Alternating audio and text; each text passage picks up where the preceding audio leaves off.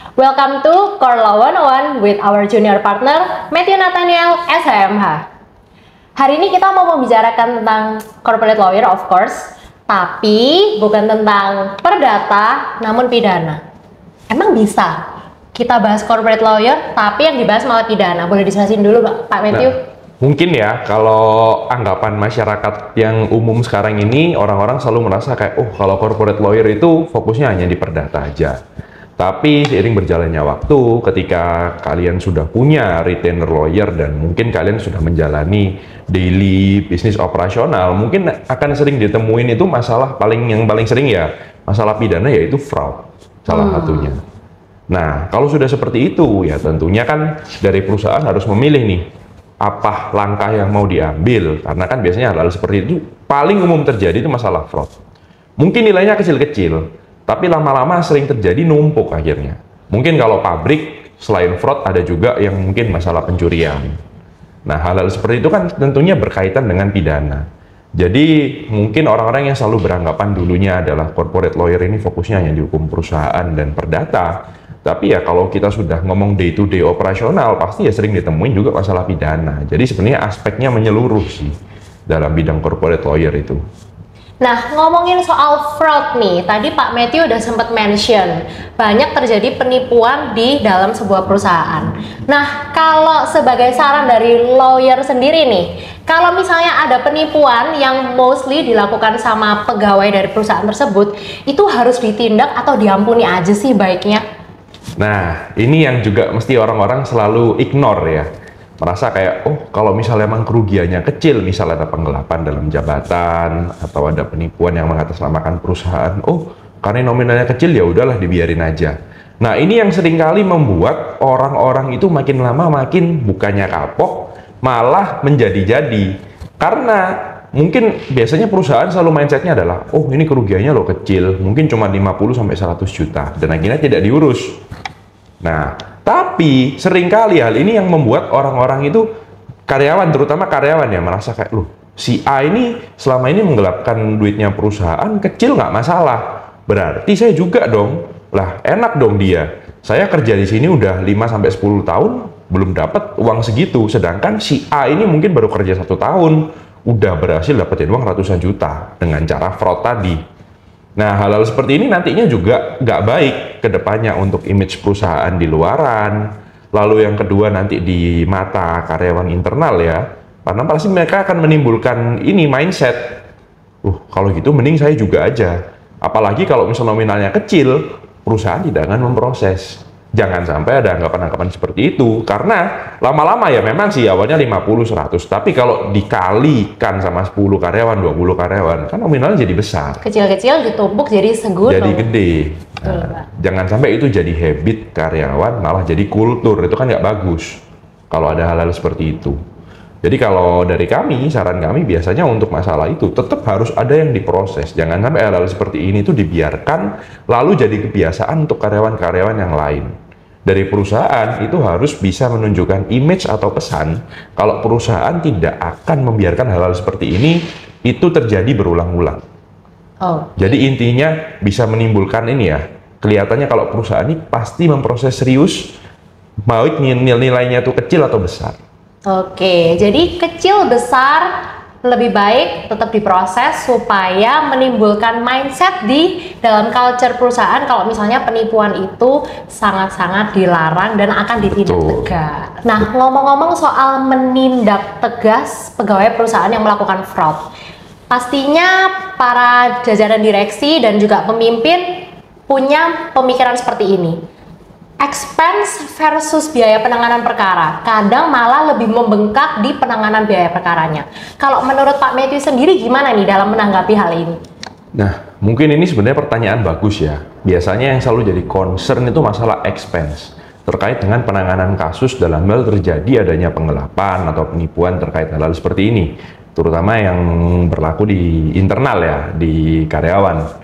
Nah, terkait masalah itu, kalau menurut saya, expense untuk penanganan perkara ini tetap harusnya bukan jadi concern utama perusahaan, karena kembali lagi seperti yang saya sebutkan tadi pertama kali, kalau misal ini terjadi terus-menerus, mungkin nominalnya kecil-kecil, Mungkin ada 10 juta, 50 juta, 100 juta. Tapi kalau ini sudah jadi kebiasaan dan tidak ada tindakan dari perusahaan lebih lanjut, tentunya bisa menimbulkan kerugian yang lebih.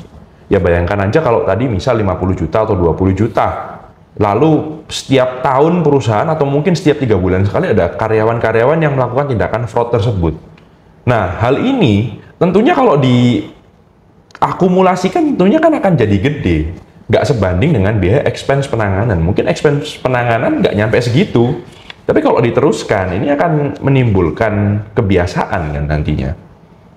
Ya, pengalaman saya pun, biasanya memang expense penanganan perkara itu pasti lebih besar ya dibanding dengan kerugian. Tapi kalau misal perusahaan ini sudah berhasil untuk melakukan tindakan yang membuat karyawan itu berpikir ulang untuk melakukan tindakan-tindakan yang di luar peraturan perundang-undangan ya, terutama fraud atau penipuan tadi, ya tentunya hal ini tentunya akan lebih membuat perusahaan image-nya lebih bagus di mata customer, baik di mata karyawan internal. Lalu yang kedua juga bisa mencegah hal ini terjadi, karena mereka pasti mikir, oh perusahaan ini serius loh, jangankan kalau nggak harus nominal gede aja, nominal kecil pun akan diproses. Mereka kan berpikir ulang. Tentunya hal ini juga akan menghemat kos perusahaan ke depannya ya. Nggak cuma ngomongkan jangka pendek aja, tapi dalam long term diharapkan dengan adanya perusahaan melakukan tindakan, jadi nggak dianggap remeh dan nggak dianggap kecil tindakan-tindakan seperti ini. Jadi sebetulnya kita tuh malah nggak usah memikirkan biaya penanganan perkaranya ya, karena kita ini merupakan tindakan preventif supaya nggak muncul culture-culture penipu, sindikat di dalam perusahaan yang malah akhirnya merugikan perusahaan lebih dan malah lebih sulit ditangani ya Pak Matthew. Betul, karena kalau misalnya emang ini dibiarkan makin lama, tentunya pastinya mereka juga akan lebih, karena ini sudah lama, kerja sudah lama, dan sudah dilakukan bertahun-tahun. Tentunya nanti ketika kita mau melakukan tindakan itu akan lebih susah. Seringkali yang sering ditemui oleh perusahaan-perusahaan itu, apalagi untuk perusahaan-perusahaan yang mungkin masih dalam sistem tradisional ya, mungkin perusahaan keluarga, itu kan tidak terlalu memperhatikan masalah legal standingnya, masalah kontrak kerjanya dengan karyawan mungkin banyak yang nggak ada, nggak jelas, job desk-nya dia apa. Nah hal ini tentunya nanti dibiarkan makin lama, makin membuat perusahaan itu bingung. Misal nih, perusahaan baru ngambil langkahnya, oh ya udahlah biarin aja, nanti mungkin kalau sudah 1M baru mau diproses. Nah, ketika dia sudah dalam proses mendapatkan 1M ini, tentunya dia sudah makin pinter, karyawan-karyawan itu. Pasti dalam melakukan tindakan-tindakan fraud, pasti ada data-data di perusahaan yang mungkin dibuat sedemikian rupa atau dikacaukan sehingga kita sulit untuk nge-trace. Nah, kalau dibiarkan seperti itu makin susah kita mau ngambil tindakan, kalau ditunggu udah gede dulu. Justru kalau kita mau ngambil tindakan, harus sedini mungkin supaya nanti dalam hal terjadi kita mau ngambil tindakan tuh nggak terlalu susah untuk nge-trace-nya. Ya bayangin aja kalau kita ngomongkan gampangannya ya secara logika, nge-trace kerugian 50 juta pastinya lebih gampang daripada kerugian yang sudah sampai 1 miliar. Karena kan misal nih pemalsuan nota 50 juta kan mungkin nggak terlalu banyak, nggak sebanyak itu dibanding dengan nota kalau sudah ditumpuk 1 miliar. Kita pasti juga akan kesusahan untuk nge-trace, dan hal ini nantinya akan berdampak ke masalah penanganan perkaranya. Mungkin perkaranya akan jadi lebih lama, tentunya perkara makin lebih lama juga expense akan meningkat. Nah ini juga yang harus dipertimbangkan. Makin lama perusahaan mengambil langkah, expense penanganan perkaranya juga akan meningkat. Jadi sedini mungkin tentunya juga nantinya kalau memang concern utamanya biaya, ya pastinya nanti biaya bisa ditekan kalau memang ini sudah dilakukan tindakan sedini mungkin. Dan jangan lupa kalau untuk penanganan perkara ini pun kadang ada juga di perusahaan-perusahaan tertentu atau karyawan-karyawan tertentu yang mungkin mampu ya bisa mengembalikan uang. Nah hal ini kan juga tentunya harus jadi pertimbangan juga bagi perusahaan. Tapi tetap nantinya sebelum kita mengambil langkah, perusahaan harus menentukan dulu goals-nya itu apa? Apakah mereka mau pengembalian biaya, pengembalian dana, atau full memang pengen memberikan efek jera? Tentunya ini juga mempengaruhi. Nah, tapi kalau saran saya tetap biasanya untuk perusahaan-perusahaan yang sudah sering terjadi hal-hal seperti ini ya, tentunya tindakan itu harus dengan goals memberikan efek jera, bukan pengembalian dana. Karena seringkali ada karyawan yang sudah hitungannya diampuni, ada pengembalian dana. Kedepannya berulang. nggak kapok. Atau melakukan tindakan-tindakan serupa di perusahaan lain. Nah, jadi memang itu pentingnya untuk memberikan efek jera. Kalau menurut saya secara pribadi. Tentu saja kalau misalnya semakin lambatnya ini ditangani, malah produktivitas dari perusahaan juga ada kemungkinan menurun ya Pak Medi? Betul, ya kita kan juga namanya perusahaan pasti bisnisnya banyak. Pasti mereka juga kalau pabrik fokus di produksi, penjualan dan lain-lain. Jangan sampai perusahaan itu karena adanya hal-hal ini fokusnya ngurusin kasusnya aja. Jangan sampai hal-hal ini itu menghambat operasional perusahaan. Kalau memang nanti dia sudah besar, udah nilainya miliaran ya, tentunya pasti kan akan makan waktu untuk melakukan audit, ngumpulin data. Tentunya dia pasti akan menghambat operasional beberapa karyawan perusahaan kan. Seperti finance mungkin atau mungkin bagian accounting, mereka harus menyiapkan data-datanya, pasti kan akan makan waktu dan tentunya membuat mereka nggak bisa ngerjain job desk yang lain yang seharusnya memang mereka lakukan day to day.